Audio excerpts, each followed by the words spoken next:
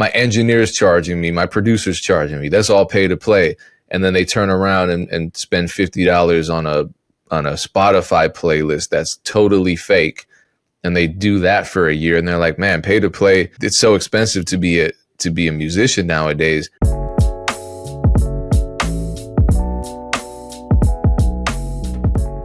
Everything we just talked about, because we did bring up pay to play, we did bring up blogs. This transitions nicely into another conversation that I wanted to have. So if you're just tuning in now, this is At Odds with EP&D, sponsored by Two Lost. 3 months of free music distribution, premium music distribution on all platforms. Go to twolost.com, use the code @odds, get 3 months free. The reason I even happened upon this article was because payola was trending on Twitter. And I thought, okay, something happened. There was a scandal. Something legally went down, or maybe the laws changed something. But it was just a bunch of really odd posts from something called New Artist.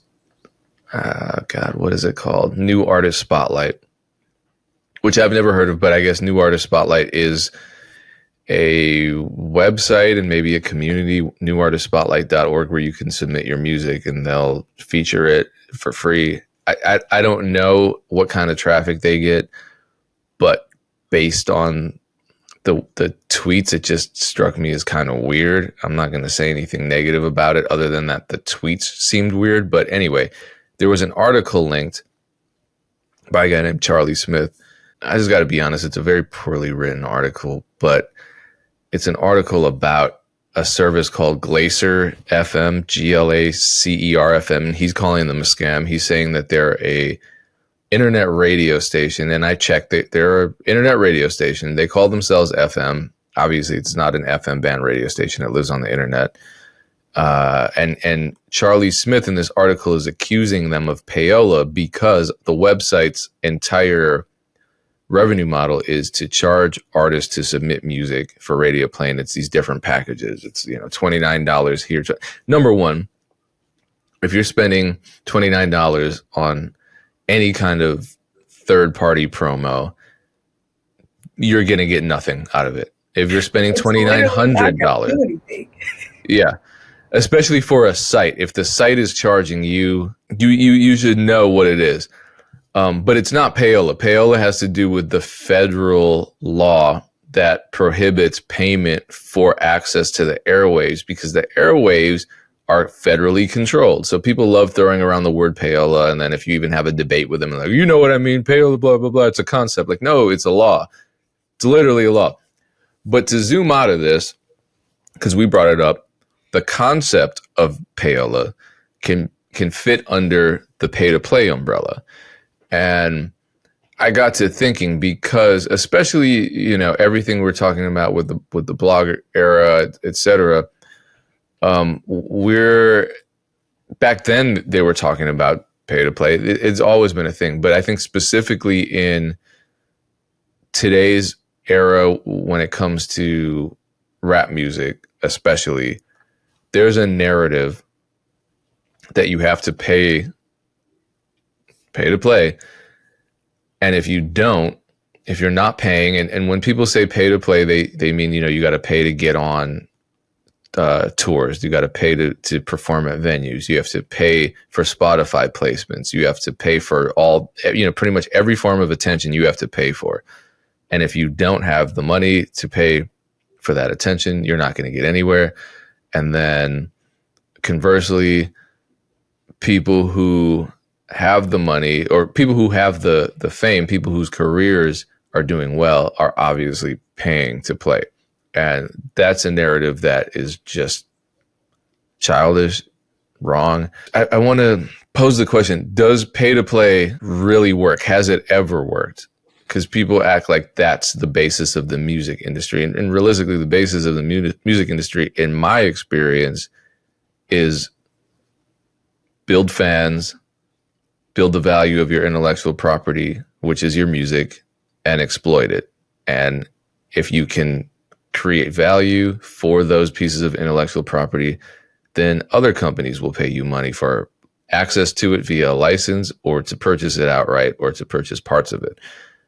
Because when you look at pay to play, right? Radio play, it's illegal. You can't pay to get on radio. You can pay to get on bullshit ass radio, and then you're throwing your money down the toilet. Getting a song played in the it's illegal, but it definitely happens. Oh, it happens. I've been propositioned when I worked for radio. It happens. But those are for like struggling projects, and I don't think they're the project that I got approached for to violate federal law and potentially end up in major trouble was not a project that ever took off anywhere. I mean, it's really low level. Nobody listening to this should even be thinking about radio. Like I don't think that. I mean, radio still matters from some artists, but it's a game that mostly major labels play, and so I wouldn't encourage anybody. I don't have any experience like spending money at radio. We didn't really make radio ready music. So I don't have anything to offer in terms of how to, like, whose palms to grease and how to get stuff on radio. But I don't think anybody listening to this should be trying to. People that are trying to get shit on radio are trying to take a shortcut.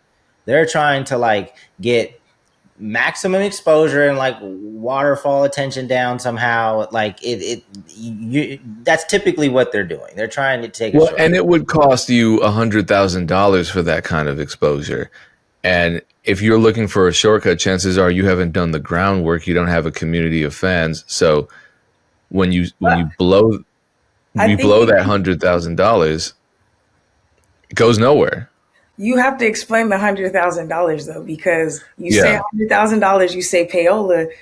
If you want to get on radio, it costs money. Like let's talk about that. You have to pay a radio plugger. So if you are listening to this and you are in the indie rock genre or the gospel genre, you may still want to spend money on radio.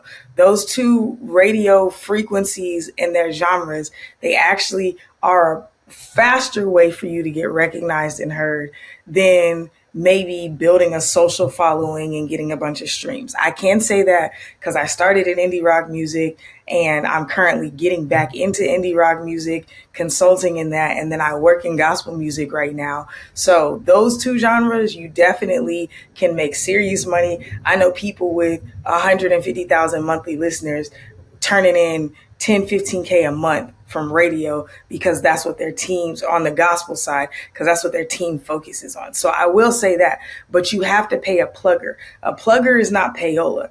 Payola is what the plugger will go through and say, hey, to bribe more radio stations to pick up the track, I also need this bag of money that I can pay programmers and other people at the radio station. But a plugger, meaning the person who pitches your records to radio, you definitely have to pay them. For just a handful of B and C markets, you're looking at $2,000 a month. If you want to go A markets, you're looking at 10, 15K a month. And it usually takes 3 months for a few of the stations to bite. And you have to keep working with the plugger with more tracks. That's why Payne is saying 100K, that's a legitimate cost that you will have to pay. If you have 100K to spend on radio, you may chart, but you're not going to see a return until you spend another 100K. Then you may be bringing in the 10, 15, but I'll tell you that even the people I'm talking about, they've spent $250,000, but they spent that up front and now it's a regular thing for them. So I will say that radio is viable depending on the genre, but you got to have bread, which is why it's a label game. And a lot of people don't have 10,000 as a lump sum. They might have 1,000. So then they fall for these scams where they're like, okay, well, we'll do radio, internet radio for 1,000 with playlisting, whatever, and it's just bullshit. Because there's a reason why you don't turn on FM radio. People love to say, all I need is a radio campaign and I'm out of there, because whatever they play on the radio, people are going to love. There's a reason why you don't hear unsigned artists on commercial FM radio all the time. If it were that easy, everyone would be just getting bank loans, doing it, and then winning. But they're not, because that's not even what all of these stations, the vast majority of them are owned by Clear Channel, which is national, or they're owned by regional broadcasting corporations. Those are a little easier to get into. But when I worked for radio, I was supporting music, local music all the time. It was like pulling teeth just to get local artists to send me clean versions. And when I would play their music, I would contact them. They'd be like, okay, cool, here's the next one. It was like, there's no appreciation there. There's a DJ out here, Fusion, who really tries to get local artists on the station. And here's what I'll say.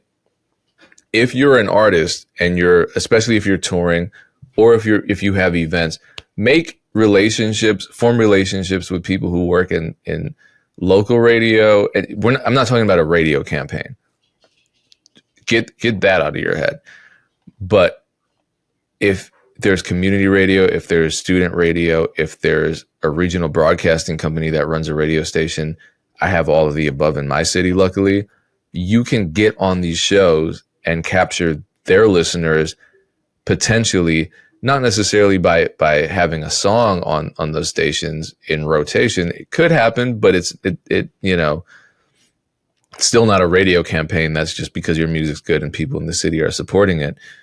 But speaking to the on-air personalities, promoting a specific event, those are ways that you, an unsigned artist without the budget to do so, because you're not paying for these opportunities, you're just reaching out and working with these people. That's a way to get exposure for your events, and you can benefit from that.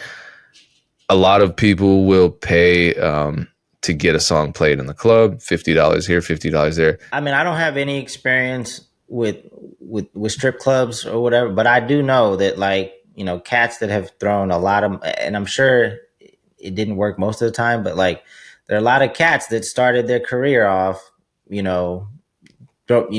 work in the strip clubs and probably spending. Music Monday is a whole thing at Magic City. Tens of thousands, hundreds of thousands of dollars. I'm sure a lot of money has been spent, but if you have that type of music and it resonates in that environment, that's, I don't talk about things that I don't have experience in or have no knowledge about, but I understand that, especially in the South, and that's how a lot of big songs got popping.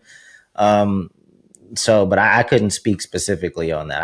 I know how to build a business stacking fans, like building it fan by fan. That's ultimately where my experience has been, and it's always interesting. Like the artists say, if I only had a manager, if I only had money, it's always that something that you don't have currently that is the reason why, you haven't taken off. It's always there's a million ways to win, y'all. It's always, and there are always exceptions. And Aaron, you can educate me on the Magic City situation, but that's an incredibly specific phenomenon that where. Well, it's like the whole strip club circuit, but Magic City is like, it's like the pinnacle for sure. Yeah, but people, correct me if I'm wrong, people aren't going to the strip club to listen to new music. If the music takes off in that environment. That's what Music Monday is. That's what I'm saying. They're the pinnacle of it. So that's widespread. So yes. So but like Dame said, you got to be a part of that culture. I've worked with a few artists in that culture. I consulted for a label that was owned by a stripper manager. So I got familiar with it. And then when I worked with Scotty ATL, he was also in that scene. But Music Monday is like A&Rs and label people will pull up at the club. So then but it became a thing basically where one of the DJs, he was playing his homies' records. The girls were dancing a certain way. So now you go on Mondays for music discovery. If you're an A&R and you want to write off a strip club meeting, which they write off anyways, but also like literally there's people there. They're like, if the girls respond to it, the DJs will, and the girls, I mean the dancers. Sorry, I don't know if people may not know strip club terminology, but if the dancers respond to it, the DJs will keep it in rotation like for other days of the week. So if the dancers are requesting that song regularly, then now in the most famous strip club potentially in the world, maybe just America, Magic City, now you're getting thousands upon thousands of people. So yes, like Future March Madness took off at the strip club. There's a lot. It's a whole so it's part of the Chitlin circuit for like the new era. So yeah, it's a whole thing. So Music Monday, people pay a ton of money to get in on that night, but also to have their record spun, but also to get in with the DJ who runs Music Monday. So it sounds like in addition to the DJ, you should go straight to the strippers and be like, "Hey, this is." But then, Well, no, that can work because the strippers, yeah, they determine what they want to hear, and then they tip the DJ out. But then at Magic City, they're like the elite of the elite. That's what I'm saying. Yeah. I used to work with a stripper manager, and he was making M's just managing strippers at King of Diamonds and Magic City. Do you know what I'm saying? So it's like just his percentage, because they get propositioned, and it's not just for sex. They get propositioned for so many things because they're so influential. So yes, but you got to have just as much money to go to the DJ as you do to step to the stripper, because the stripper is going to be like, go talk to my manager, and the manager is going to be like, there's a whole ecosystem. That's what I'm saying. When people are like this, there's a million ways to win. I'm from Atlanta. I've worked with so many different varieties of human beings that make money in so many legitimate, interesting ways. Like, there's no room to complain. Yeah, that's why even Mr. Hotspot is from Atlanta, right? The cat that just. Well, I think he got big in Atlanta. He may be from like Mississippi or something like that. Okay. Now he's one of the examples, just as a content creator, that like, because people are like, oh, I need money. I mean, this cat literally smiled his way to an audience. All he did was smile, encourage other people to smile, built an audience, and was eventually like putting out music and doing brand deals. So if somebody can build an audience just by being a positive person and smiling and spreading positive energy, encouraging other people to smile, just having personality and charisma, like, he didn't spend any money to build his audience. Like, he didn't. And he now is the head of content for a water company.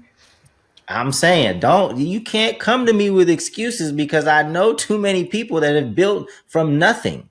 Like, literally nothing. If you have a phone and you have interesting ideas and you learn to get comfortable on camera and you have just a compelling message or story, like, there's so many, I mean, especially, since I've spent more time away from just artists and just either working with content creators or just following a bunch of content creators that I know are interesting. I mean, just people in the comedy world doing sketches. And I mean, people are doing some interesting stuff these days.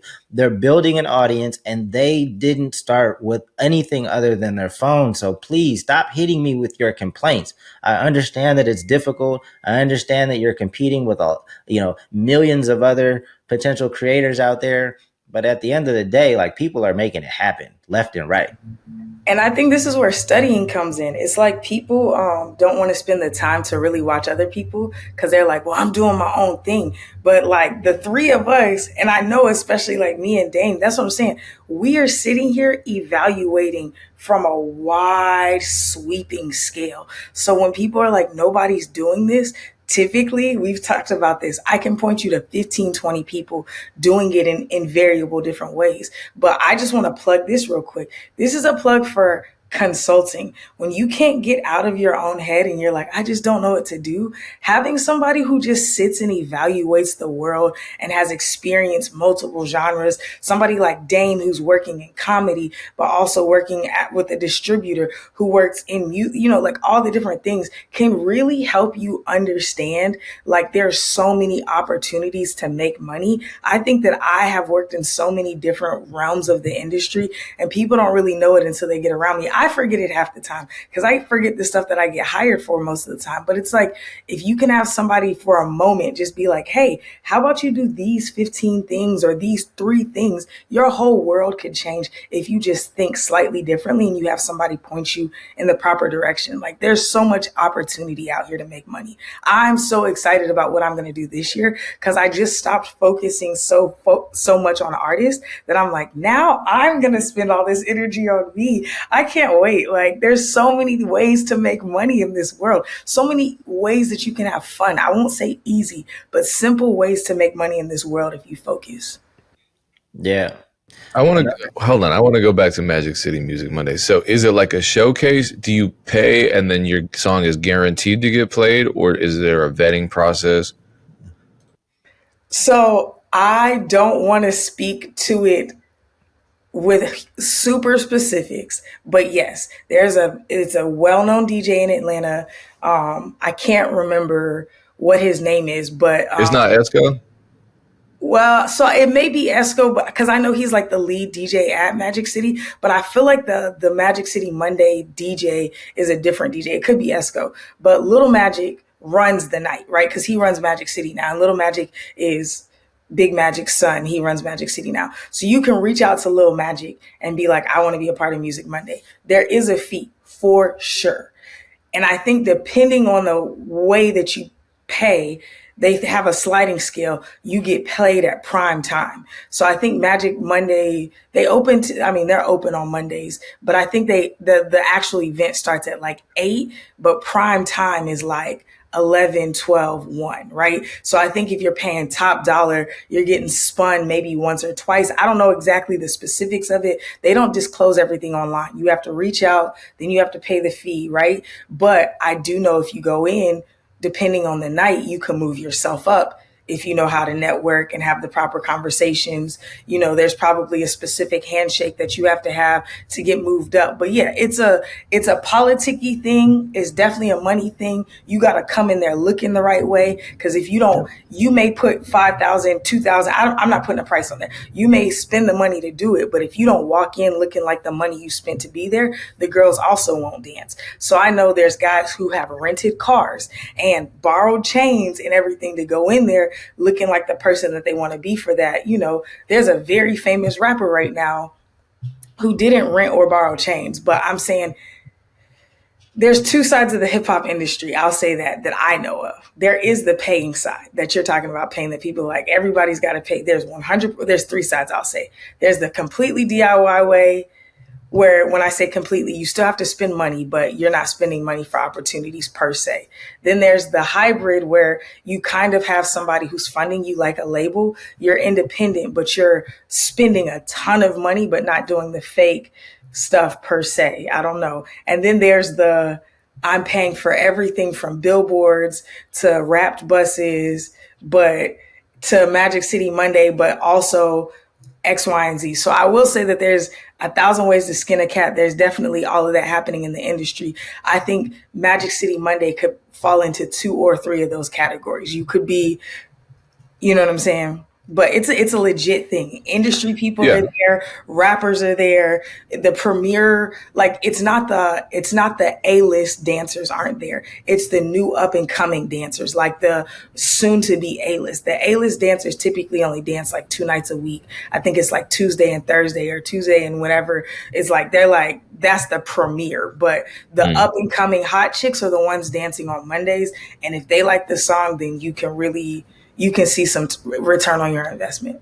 Yeah, so it sounds like a showcase more than just sliding the DJ $50 and saying, play my shit, which is what happens. $50 ain't getting you there.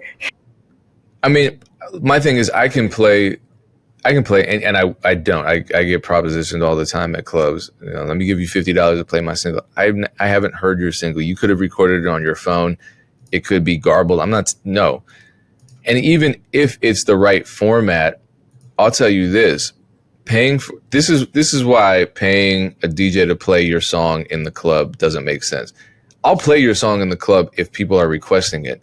People request local artists all the time, and I will make it my business to get that song in my Serato, and I will play it because I know that's what the people want. I'm not forcing anything on people. That's not what my job is as a DJ.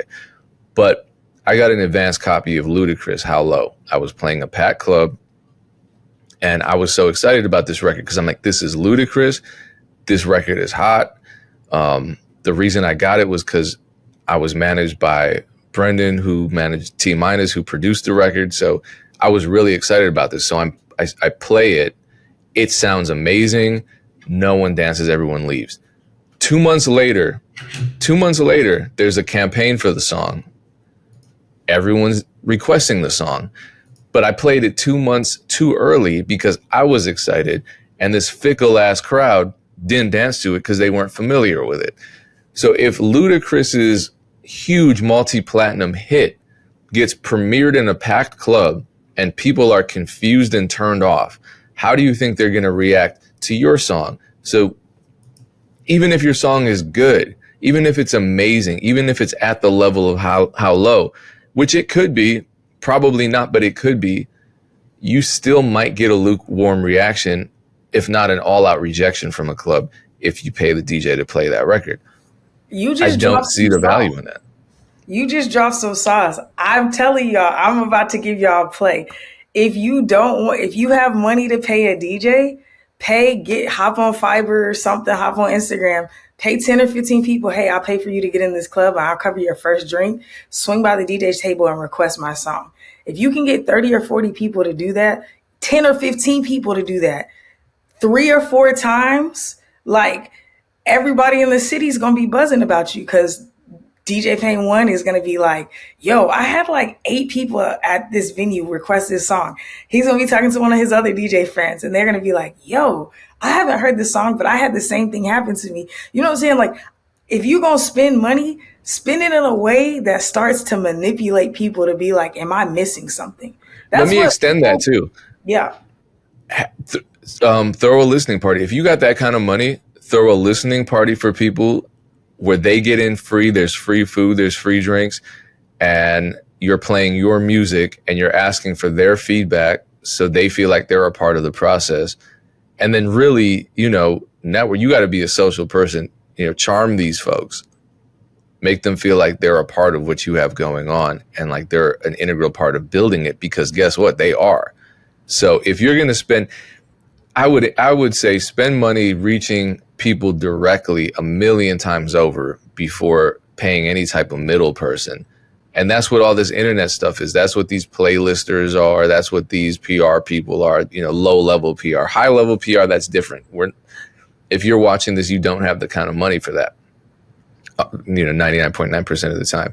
And if you do, holler at us. We need sponsors. But pay money to get directly to the people and then have a, number one, amazing music and a genius plan for how you're going to go from where you are now to the next step by spending this money and by reaching these people. A lot of people just throw the money in the sky. It doesn't even have to be super genius. Like you said, you rent out the venue. Hey, this is free. I'm doing free food for the first 100 people or free drinks for the first 100 people, whatever. I'll tell y'all, this is something that I do. I'm throwing 2 events this weekend in Nashville. I typically will give people a certain amount of drinks, like especially if I'm throwing a new event, or I won't give out any drinks, but I'll make an announcement over the mic in the first hour. Like, yo, if you follow us on Instagram, come find me and I'll give you a free drink. Okay, 2 or 3 hours into the party, I'm like, yo, if you want another drink, come see me. And then they come see me and I'm like, yo, post a video or a photo at the party and tag us. So like people always ask me, how do your parties sell so well? Because the whole time I'm basically buying post because I'm giving people free drinks. If you just post in your story and tag us or whatever. So now I'm getting a shit ton more content where somebody just slid through with their friend. They ended up staying longer because now they got 2 extra drinks. They end up having a good time. They meet somebody new. They're coming back. You know what I'm saying? So it's like I create the effect that I'm looking for. I'm not just throwing a flyer online and hoping people pull up. I haven't thrown events in Nashville. So I was texting literally 40, 50 people every day. Like, hey, do you know anybody in Nashville? I'm joining Facebook groups. People think that it's just this simple, oh, you got a good following. I'm still working my ass off and I sell out events regularly. I'm still like meeting the people. So if you could be creative and get out of your own way, you can win. But people, like you said, this whole thing started with people are looking for a shortcut. Paying $50 is not going to do more than to like buy a round of drinks at a bar and be like, yo, free shot on me. Just follow me on Instagram. That's going to do more than you yelling your name at Payne and him being like, what? This is by, wait, what's your name again? I've seen so many DJs play a record at a club before that I've liked. I walked up like, yo, who was that? They're like, I don't know. Homie just slid me 100. What a waste. Yeah, I think for them, it's just spending money for entertainment. It's not really a serious strategic thing. Because if it were a serious strategic thing, there'd be more of a plan. I've seen people, when you go to South by or all these music conferences, you see people with the backpacks, with the posters on them. You see street teams. You see a lot of examples of pretty decent ideas where they're really branding themselves. And, you know, it can be as outlandish as the baby wearing the diaper or as common as just people handing out flyers. But, you know, flyers are flyers and the baby is the baby. So I just what's want going to to work say more? that joint didn't work though. People are bringing that joint back up as if it was effective. Oh, the diaper thing? Yeah, you're right. It wasn't. A year later, homie still had no followers. I was there and I thought that shit was extremely weird. That's when he was going by, I think like Big Baby Jesus or Baby Jesus or something like that. And I was like, this is sacrilegious and strange. This is grown ass, swole ass man walking around with a group of dudes in a diaper. It was very weird. It felt like something I shouldn't be watching. So I'm saying, and then I remember looking him up and he had no followers. Okay. Was the music good? I didn't even listen because I was like, this joint is weird. And again, to me, it was sacrilegious. And I was like, this is weird. So then but at least it made you look him up though. I mean, for sure, but he had no followers. And I remember going back to South by, being on a similar corner in 6th. And I was like, what was that dude's name again? Went to look him up again. Because I will say, I do remember him. Looked him up again, and he might have had like 2,000 or 3,000 more followers. And I was like, damn, that shit did not work. But then 2 or 3 years later, here we go. Boom, he's taken off. So I'm not sure what happened. I don't know if he got into the pay to play mode. I know he got signed. Who knows? So it ended up working out. But people hearing about that story right now, like, I just got to do something bold and crazy. That shit may not work. I think that. Oh, no, don't do that. Don't do boot gang type shit, please. Yeah, I mean the stuff. His name is Sir. What is it, Sir Gerbana now? Yeah, I'm sorry. The stuff that people want to do things that just makes them feel like they're doing what a rapper should do, as opposed to like stuff that is actually effective, right? You don't just want to scream; you want to scream with intention, with a net to catch the people that might be interested in what you're doing. So that means capturing an email or getting them to follow you or getting them to buy something. You don't just scream just to scream, right? Like, what is the intention behind the scream? And once you get people's attention, like, where are you going to direct that? How are you going to capture them? How are you going to reach back out to them? Like, those are the things you want to be doing. But I think oftentimes as artists want to do things that make them feel like this is what they should be doing as an aspiring artist, and not really stuff that's effective. I agree. Hire an expert. Yeah, I mean, like Aaron said, there are a million ways to do this. I'm just advising everyone against the pay-to-play schemes because they are scams. I mean, I'm not saying don't invest money. Let me just be clear. Everyone has to invest money. You know, if you got to buy a what do you call it, a music video, that's not pay-to-play. Going to a restaurant and paying to eat some food and then eating the food and leaving, that's not pay to play. You just bought a product. So with a music video, you bought a product. Now you have to use that product to, continue to bring exposure to your brand as a musician. And people just start calling everything pay to play now. They're like, oh, I got to buy beats. That's pay to play. I got to pay to, and it just destroys the music business. This pay to play mentality, because people are like, my engineer's charging me, my producer's charging me. That's all pay to play. And then they turn around and spend $50 on a Spotify playlist that's totally fake, and they do that for a year, and they're like, man, pay to play. It's so expensive to be a musician nowadays. Yeah, because you're wasting your money on things that don't work, because the reality is networking, investing wisely, investing in stuff like direct ads, investing in really high quality content creation, that's way harder than just sending $50 off to someone in Pakistan that's not going to do shit with your $50. But even the money thing, like, again, I made a video about it, I posted it, but like, I've seen so many people start building a following with literally no money, as long as you got a phone, right?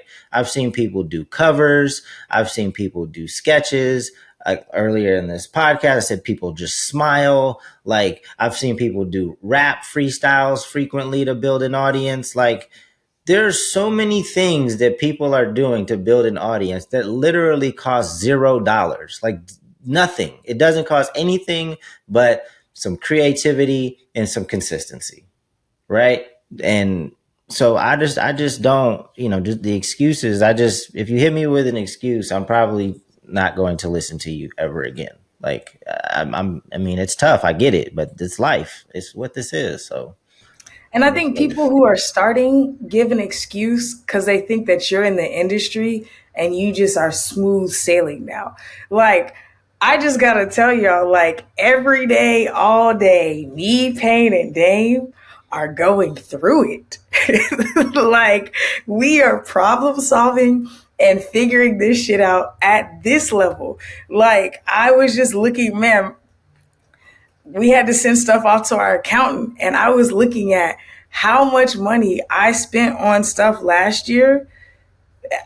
I can't even go into it, but like, there's so many problems I had to deal with last year. But I'm not going to sit here and focus on the problems. That's just part of the territory. I decided to be here. I got to win. It's like LeBron James doesn't say, damn, I'm old now. Guess I need them to play softer. He's like, I got to hire more coaches, more people to work on my body. My private chef is moving in with me versus coming 3 days a week. I'm changing my sleep schedule. Like, you got to adapt. So it's like, if you even fix your mouth to complain, and I'm not talking about venting, I have to vent. We get a little vent session off at the beginning of every podcast before we hit record. But it's like, the reality is, regardless of what industry you're in, you're going to face issues. And to have the privilege and the desire to work in the music industry and to be successful, don't think that we're just sitting here chilling like, oh, we don't really go through anything. Y'all should stop complaining. We're not sitting on the mountaintop. We're dealing with it with y'all. It's just at a bigger level. So when we hear y'all complain, and not to say that we're above y'all or anything, Dame is definitely ahead of me, so I'll say with him. But to hear people complain or like DM me about like small bullshit, I'm like, do you want to see what I had to deal with today? Like, you want to trade places? Because sometimes I'll take an artist places. Like, what? Like, what you do to make money now is way less difficult than what I have to do to make money to feed a ton of people. And I feel like that's something that people got to understand. It's like the exchange will never be, you're going to get to a certain point and it'll be easy. So if you're tapping out now, then just tap out, because it's going to only get harder. You have to determine that you want to be here and this is what you want. Indeed. All right. Well, picking up on this conversation next week, I want to extend it because there's a super dope artist that posted about, they didn't call it pay to play, but it's kind of that concept of feeling frustrated by the fact that you have to pay for services. And specifically, he targeted producers and engineers as, I guess, having an unfair advantage, getting paid before the rapper gets paid, that type of thing. So I would personally like to address this on the next episode. So that's a teaser. All you greedy ass engineers and producers charging for studio time and beats, we are coming for you in a conversation. That obviously isn't going to be targeting you. It's sarcasm. I feel like I have to add disclaimers. Anyway, tolost.com. Use the code ADODS for 3 free months of premium music distribution. And we will catch you next time here at Odds Podcast. Let me say this. Aaron has to say something. I know I'm supposed to talk about sync today. I told several of y'all I would. If you have specific sync questions, drop them in the comments. We're going to cover a little bit of sync tomorrow, but it's not going to be, everything is nuanced. But I'm going to give y'all a rundown of sync stuff. And then hopefully, I'll just ask your questions, and I'm going to try to hit on some sync stuff tomorrow. Or not tomorrow, the next time we record. Next episode. Contact Aaron about that. All right, peace. Aaron, would you